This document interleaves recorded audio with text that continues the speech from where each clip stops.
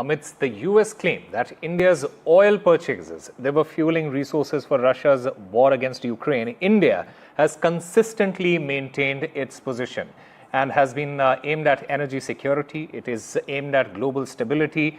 And it has also pointed out, and India has pointed out, the lack of reason in the argument that India was fueling Russia's war machine. In fact, India's ambassador to the United States, Vinay Mohan Kwatra, he said that he had shared the Indian perspective with Senator Lindsey Graham, who had urged Prime Minister Modi to emphasize on President Putin to end the war in Ukraine. And the meeting is important as it could be a step towards a possible thaw in the Indo-US ties, especially the trade ties, which have been hit by tariffs after President Trump's criticism over India buying oil. Meanwhile, I'm currently joined by Mr. Arun Singh, the former ambassador to the United States. Mr. Singh, thank you very much for speaking to us. Washington, it has once again flagged India's Russian oil purchases as what they call fueling the war machine. But India says it's about energy security, it is about global stability. How do you see this clash of narratives, sir?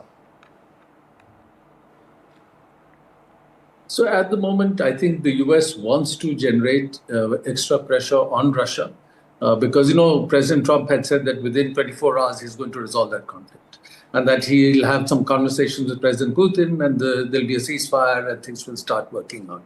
So now they've realized that the approach they had hasn't worked and hasn't failed because they have to address some of the objective concerns that Russia has. And so they're nowhere near reaching there because there's also a difference of opinion between US, Europe and Ukraine on how to handle this issue.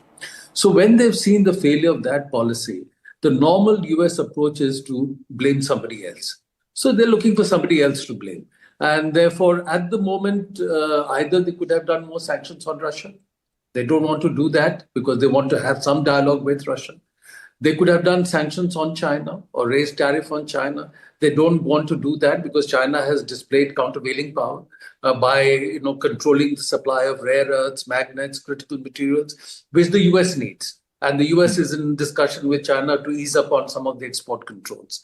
So they felt that, okay, so at this stage, let's direct the pressure on Russia through India and therefore impose the tariffs of India. Now, when they do something which is obviously not justified, if you look at the figures, because as the Ministry of External Affairs spokesman pointed out, Europe is buying more from Russia than India is buying. US itself is buying uranium from Russia. So when this happens, they start creating a narrative. Some narrative can sell. So now this is the narrative, that India is fueling the Russian war machine. And there is no basis to that. But that's the narrative they construct to try and justify what they're doing for other reasons. So that's what they've come up with. But as you pointed out, I think the challenge here is that through this process, they are having a negative impact on perceptions in India related to the US relationship. Historically, there is a memory in India of US being a coercive and unreliable partner. Now, for the last 25 years, US has tried to come out of that image and has been supportive of India in different contexts. But with the kind of approach they have adopted now, in India, it has resurrected the feeling that US is a coercive partner and unreliable partner. So I would say that the US is not really levying penalties or tariffs on India.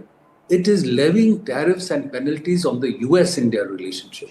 And there'll be consequences also for the US. So that's the situation we are dealing with. But they are approaching it in a short-term way, looking at addressing their own immediate needs, concerns, and President Trump's politics. We know where he wants to show that he's resolving conflicts all over the world. Now, he brought in the presidents of Armenia, Azerbaijan. He's going to meet President Putin next week in Alaska, and that he should be nominated for the Nobel Peace Prize. So there is a Trump politics playing out. And all these are consequences of that. A very important point that you have pointed out is that the US and the European Union, they continue trading with Russia. And this is something that India has also mentioned, yet they don't face any such moral scrutiny. Do you think this double standard is being acknowledged in some manner privately in Washington, even if it is not being admitted publicly? I'm sure they're aware of it. Aware of it. They know all the Okay. facts. In fact, if you recall, President Trump was asked that question at a press conference that India says US is buying uranium, and he had no answer. So he said, I'm not aware of it. I'll get back to you. So they're aware of it. But it's just a question of, trying to use your power to put the blame on somebody else and try and take away attention from what you're doing yourself. And then you can make the argument that if you're so concerned about norms in international relations, how is it that you're reaching out in a major way to a country that everybody knows has been a supporter of terrorism, which is Pakistan? Yeah. And in the context of Afghanistan, the US itself earlier had repeatedly blamed Pakistan for providing support to Taliban that was killing US soldiers. And that relationship went up and down. So in the context of Pakistan, despite support of terrorism from Pakistan, because they want to deal with Pakistan for their own reasons, they don't pay attention to that aspect. So, in international relations, it's norms, principles are used to justify what you want to do otherwise.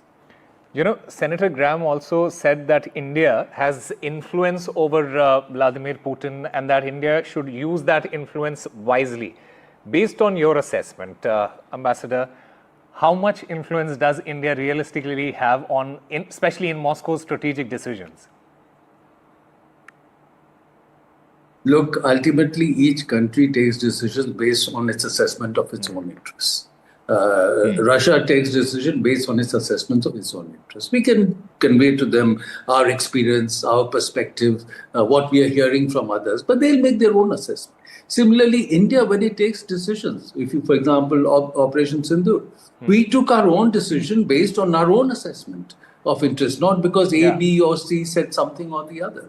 So each country decides based on that. Of course, you talk to others, you hear from them. So, it's just an argument that Senator Graham might want to make, that India has influence because they want to blame India if Russia is not responding the way the US wants. But India certainly, you saw President Putin called the Indian Prime Minister, spoke to him about his conversation with the US Representative Steve Witkoff, telling him about his visit to Alaska. So conversations go on because you want to share perspectives. But I don't think President Putin is going to be influenced or condition his decision based on what anybody else is saying to him. Okay, one final question from you, Ambassador Singh. If at all, the talks between Putin and Donald Trump, if it doesn't work out the way both the parties want it to, how do you think it would affect India, and especially United States' stand as far as India is concerned? So I would say this. First, of course, we would hope that something positive emerges. But, it's going to be very difficult because the US has not really taken the Europeans and Ukrainians on board. They are not present at the meeting. And so if they feel their interests are not protected, they would oppose whatever comes out of that. And in the past also, you remember President Trump, even in his first term, had met President Putin. And not much came out of that. He met on several occasions with the North Korean leader. And eventually that series of talks also didn't work out. So it may work, it may not work, but that doesn't matter.